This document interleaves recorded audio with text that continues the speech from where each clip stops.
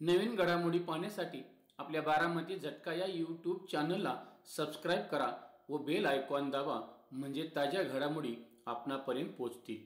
माळशिरस तालुक्यातील कचरेवाडी येथे भारतीय जनता युवा मोर्चाचे राष्ट्रीय उपाध्यक्ष व माळशिरस तालुक्याचे लोकप्रिय दमदार माजी आमदार राम सातपुते यांच्या शुभ हस्ते भारतीय जनता पार्टीच्या शाखेचे उद्घाटन करण्यात आले।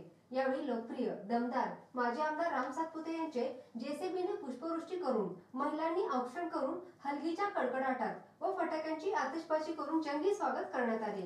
यावेळी उत्साहपूर्ण व आनंदी वातावरणात कचरेवाडी शाखेचे उद्घाटन संपन्न झाले। यावेळी भारतीय जनता पार्टीच्या विविध पदाधिकाऱ्यांसह लोकप्रिय दमदार माजी आमदार राम सातपुते यांच्यावर प्रेम करणाऱ्या कार्यकर्त्यांसह ग्रामस्थ मोठ्या संख्येने उपस्थित होते। यावेळी भाजपचे जिल्हा उपाध्यक्ष बाळासाहेब वावरे बोलताना म्हणाले, आज या ठिकाणी कचरेवाडी या ठिकाणी भारतीय जनता पार्टीच्या शाखेचं उद्घाटन आपल्या सर्वांचे नेते, या तालुक्याचे माजी आमदार सन्माननीय आमदार रामजी सातपुते साहेब यांच्या शुभहस्ते आज या ठिकाणी शाखेचं उद्घाटन झालेलं आहे। मित्रांनो, कचरेवाडी हे गाव असं आहे की आज पातूर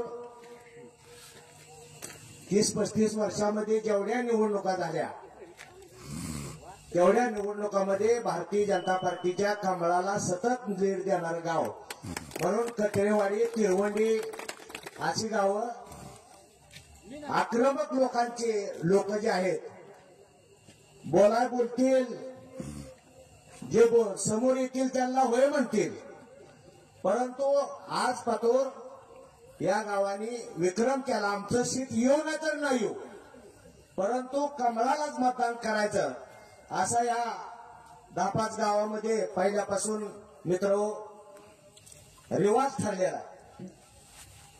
या तालुक्यामध्ये आज पातूर महाराष्ट्राच्या मंत्रिमंडळामध्ये या मोहिते पाटील घराण्याने सत्ता भोगली, परंतु उपमुख्यमंत्री पदापर्यंत गेले, परंतु या माळशिरस तालुक्यापासून वरच्या गावामध्ये 1 रुपयाचा या गावामध्ये रस्ता व्हावा, सभामंडप व्हावा, लोकांना चांगल्या रस्त्याने जायला मिळावं, असं कधी 40-45 वर्षामध्ये मित्रांनो घडलं नाही।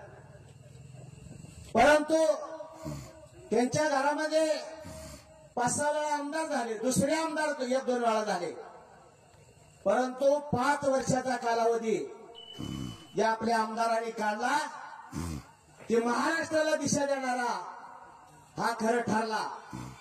आमदार कसा असावा, आमदारांनी कसं काम करावं हे फक्त राम सातपुतेनेच दाखवून दिलं। मित्रांनो, एवढं जवळ असताना त्यांनी त्यांचा दबाव कधी घेतला नाही।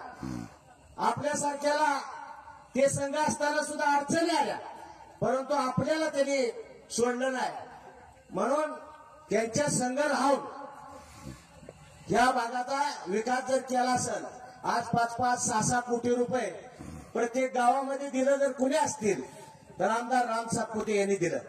जिथे कमळाला लीड मिळतंय तिथे या घराण्याने आपल्या गावांना निधी दिला नाही, परंतु खर तर खालच्या भागामध्ये जर निधी द्यायची थोडी म्हणजे अडचण थोडी होती म्हणून राहिलं, पण खालच्या भागामध्ये जर निधी दिला असता तर आपलं सीट 20-25 हजारांनी निवडून आलं असतं मित्रांनो।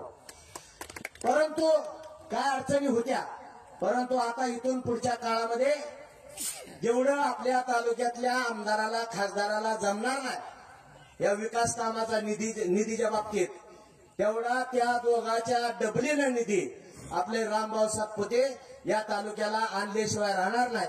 कारण याच्या मागे संपूर्ण सरकार आहे, कार्यकर्त्याची फळी तालुक्यामध्ये मोठ्या प्रमाणामध्ये झालेली आहे, त्यामुळं या फळीच्या जीवावर इथून पुढच्या काळामधले ज्या निवडणुका असतील, जिल्हा परिषद असेल, पंचायत समिती असेल, ग्रामपंचायत असेल, मोठ्या प्रमाणामध्ये आपल्याला या तालुक्याचा सभापती कसल्याही परिस्थितीमध्ये या माळशिरस तालुक्यात आपल्याला करायचा आहे आणि त्या पद्धतीनं आपलं गाव अजून बी असंच कमळाच्या पाठीमागे राहावं एवढी या ठिकाणी विनंती करतो आणि थांबतो. जय हिंद, जय महाराष्ट्र.